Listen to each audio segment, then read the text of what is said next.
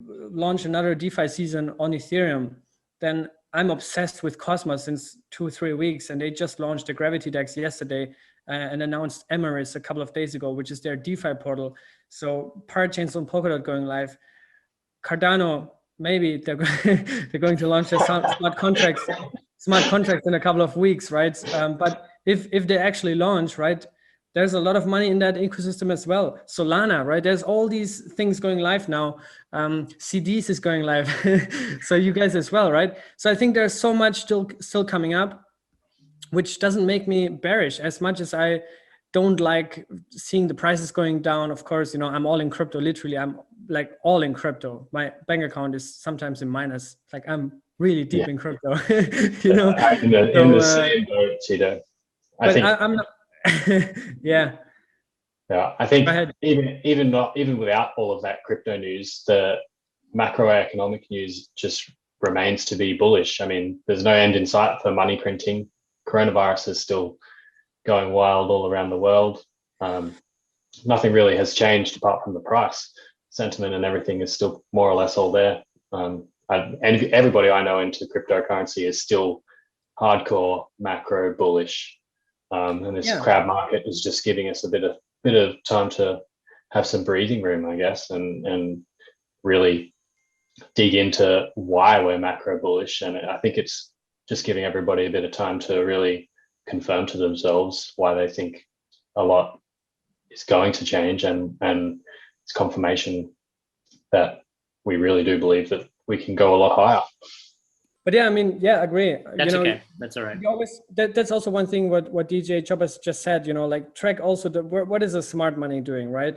I'm sure we don't know this Apple news if it's confirmed or not. I think so far it has not been officially confirmed by anybody who is trustworthy enough.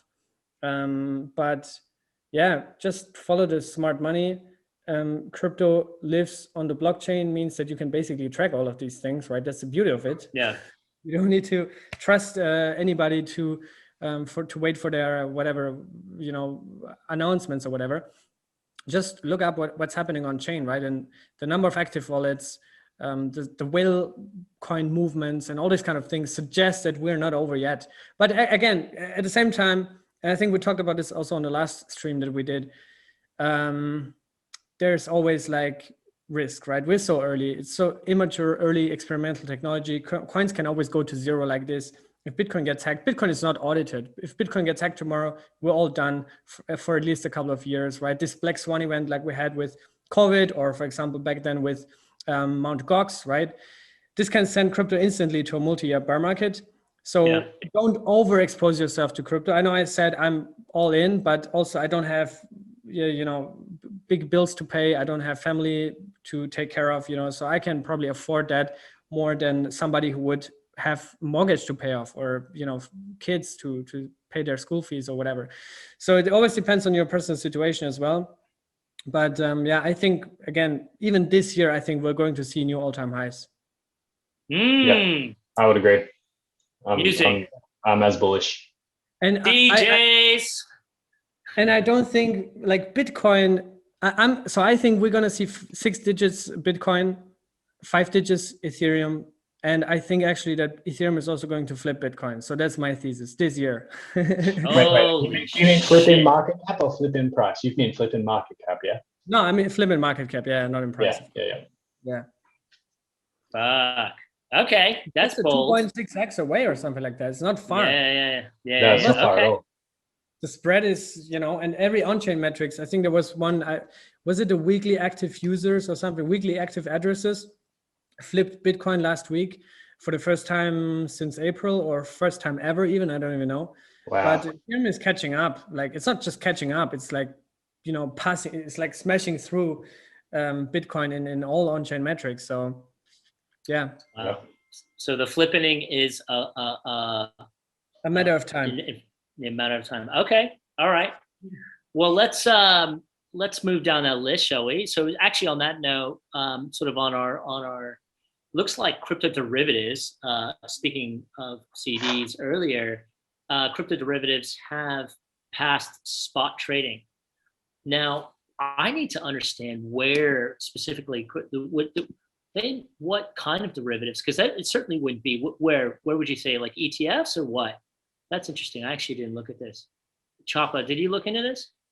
I didn't. I'm assuming it means long and short positions, so primarily for future markets.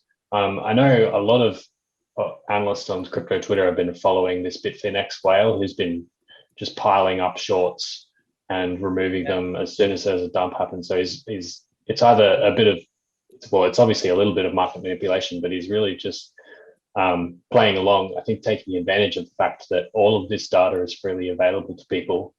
And he's really playing on the fact that people are watching this data, and he's sort of taking advantage of that. It's pretty interesting to see. They're all futures. Yeah. I'm assuming it's mostly futures based. Yeah.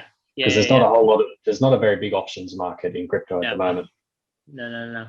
And I think one part of it is also DeFi, right? So probably it used to be more, or it probably still is, like you're saying, it's still futures, but also, for example, staking derivatives, right? Liquid staking is a huge thing. I think 90 or 95% of all crypto projects are, or 98% of proof of stake based, right? So in order to liquefy your stakes and use them in DeFi and have basically a tokenized version of your staked assets,